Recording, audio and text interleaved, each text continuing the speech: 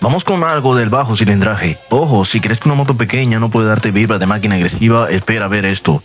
La Yamaha MT-03 es la prueba de lo compacto que también puede ser salvaje.